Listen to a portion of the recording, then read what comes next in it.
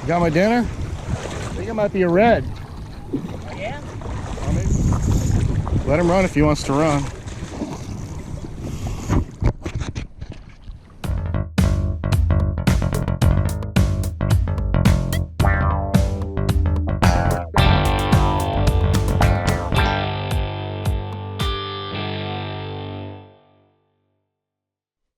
Well, it is finally fall. It is September on Oak Island.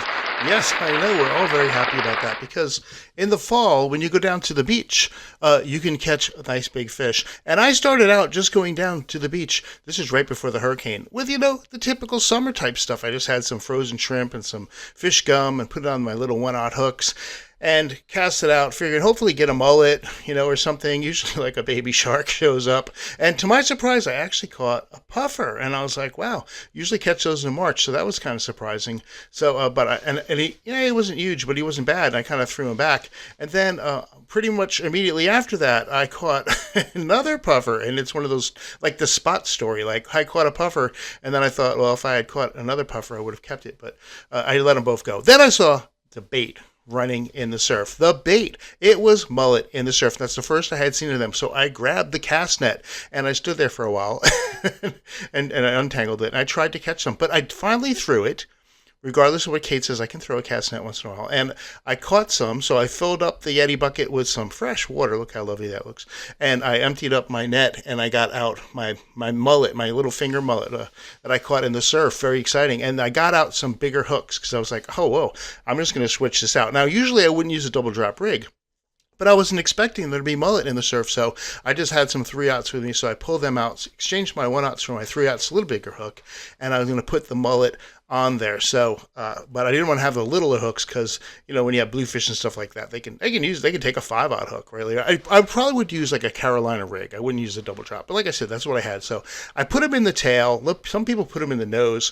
I found when I put them in the nose, they bite the tail off. When I put them in the tail, they bite the nose off. So sometimes we'll do one in the nose and one in the tail. Anyway, I casted it out and hoping for some bluefish to come by or something. And basically, what I got was some little kids swimming in front.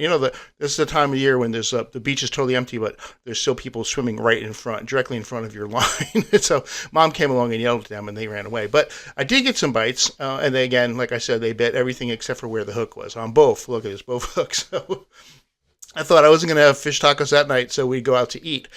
Alpaca has just opened up in Southport, and we were like, him and I, let's go check it out. Let's see what's going on in Alpaca. And they had this kind of crazy menu, like when you first walk in, and I didn't know what anything was, so I just ordered a chicken dish, or polo, and my wife got a carne meat dish, and it's like you order up in front. They have these chickens roasting, and it's very cool. It's a very cool little establishment. It looks really a lot of wood, and they give you like a little thing. You sit down, so it's sort of like a nice restaurant, and sort of like a fast food joint. It's kind of halfway between. It's not quite a fast food joint. It's not quite a sit down restaurant. It's kind of both, but they do bring your food over to you, so it's kind of in between. And these meals were really good, and they had everything's on top of French fries. So she had the meat, and I had the chicken on top of the big old French fries, and they gave you a couple different dipping sauces. So yeah, I would check it out. Check out Alpaca. It's pretty good. Not disappointed at all.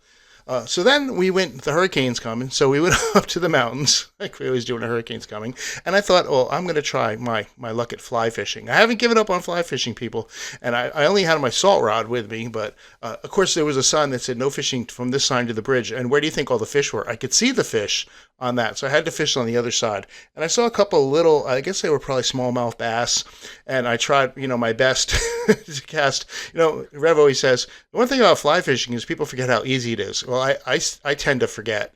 I tend to forget how easy it is.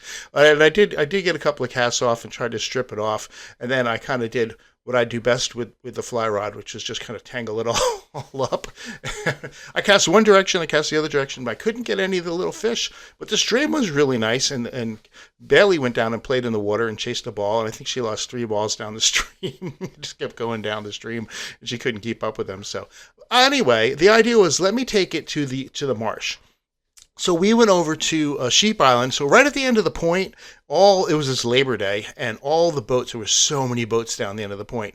So we just kind of came in. I guess that's Montgomery Slough. The back of Sheep Island, look at me tangling it up right there. And I'm trying to just wade out in the water there and cast. Meanwhile, Josh had come with me, and there were fiddler crabs everywhere. So we were like, let's get some fiddler crabs. And he had a regular rod, and the double drop rig. And look at these millions of fiddler crabs, just millions of them. And just pick up some of them and use them for bait. And we had a little shrimp too. So I'm over there fly fishing.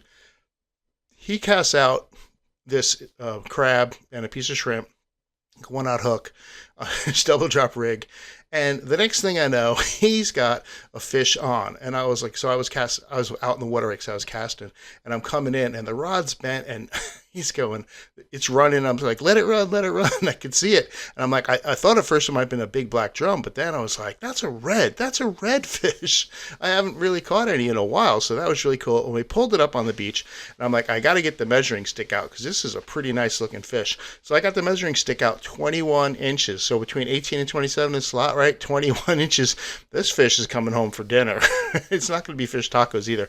I have to talk Kim into making something really good, like a fish almondine or something like that, because redfish is just so delicious. And I don't really catch them very often, so very happy to have this guy. And I thought that was it. I was like, wow, that's pretty cool that we caught this nice redfish.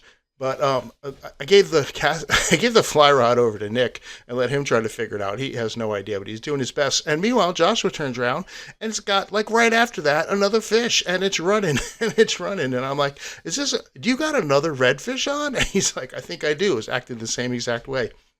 So he reels it in, and he's got another redfish. And I'm telling you, we were just across. You can see the point down there at the end. We were just across from the point. And look at the beautiful blue tail on this guy, right? He was about 20 inches. So the other one was a little bigger. So we probably could have kept him. We could have kept him. He was in slot. But I was like, we'll let him go. We kept one. One's enough. I'm not going to be greedy. That's great. 2 redfish. And then the black drums started hitting. And they were all just like 13 and a half inches. And that was one, right? Okay, one blackfish. Right after, 2 blackfish, actually doubled up. He's got a pinfish on there as well. Again, 13 and a half inches. So we must have been in a school of them. So there goes number 2, letting him go. I'm like, let's get a 16-inch one, and we'll add them to the collection of the red drum and the black drum. We'll have one of each. But then right after that, 3. Here comes number 3. Again, 13 and a half inches? Maybe just 14. A couple of these were just 14, and I'm like, I want to keep, like, if I'm going to keep a black drum, I want to get like a 16-inch. Then Nick took the rod. He got one. What are we up to, 4 now? It's 4. And then he got another one after that, so we're up to 5. And I'm talking like this was like, soon as the rod went back in, another black drum. Soon as the rod went back in, another black drum. I think all in all, we caught like 10 of them. It was just one after another. And then again, so there must have been a school of just 13 and a half, 14-inch black drum. Not one 16-inch in the whole lot of them. So but we had a great time. We were getting tired. I was like, I don't even want to catch fish anymore. It's just getting boring. Like, it was so easy to catch these big. Of course, Nick was having a great time because he hadn't caught any big fish in a while. And even Alex came over. She's like, I gotta try this too.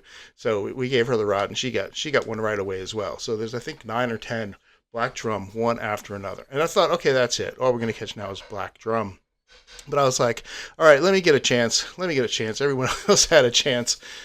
But before I could, Joshua stepped on, you got to watch out if you're over there. He stepped on an oyster, man. He cut open his foot. And I actually stepped on an oyster and didn't even know it until I got home and I was limping around. And I'm like, what is going on with my foot? And I realized I had slashed the bottom of it open. So wear shoes if you're going out that way. A lot of oyster shells just like laying there on the beach. So I got my turn. And all of a sudden I was like, this guy's running just as good as the other ones were running that Joshua caught. And I could not believe it. We caught, yes, another red drum. And this is 3. And this is all within like an hour and a half, maybe 2 hours tops. We were there catching all these fish right there at the point. And he was about 20 inches.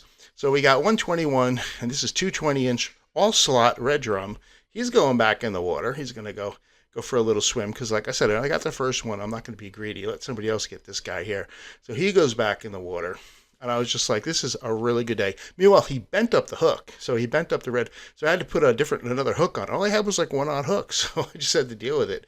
And then I gave the rod back to Nick, and he hits it, and the fish starts running and running and running. I'm like, you got to be kidding me. Did we get yet another red drum?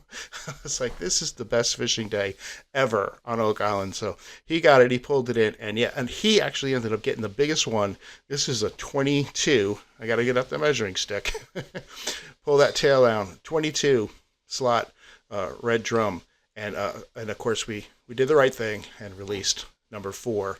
along with all those black drums. So all those fish are still there in Oak Island, except for that 121-inch red drum, who's going to be made into some fish almondine. So you can get out there and you can get some. We weren't even down there to fish, which is only why I had the one rod. We were actually down there to clam. We're going to have a little fish boil tonight. So they were out there digging clams, and Alex got one here, and we got the bucket. Our neighbor Mike took us out in his John boat, and he brought the basket. So my wife and Alex were out, and Flavia, Joshua's wife, we're all out clamming, and they got like 40 clams or something like that between a lot of them, and some really big ones. So we're gonna cook those up tonight, along with some crabs that Mike got in his crab pot. He's got one of those commercial fishing. It's like a residential, but you get like 5. You can put out 5 pots. He's got one of those licenses, so he got a whole bunch of really decent sized crabs to go. So get out there, get some fishing done. You're gonna have a good time. You're gonna enjoy it. A lot of fish this time of year.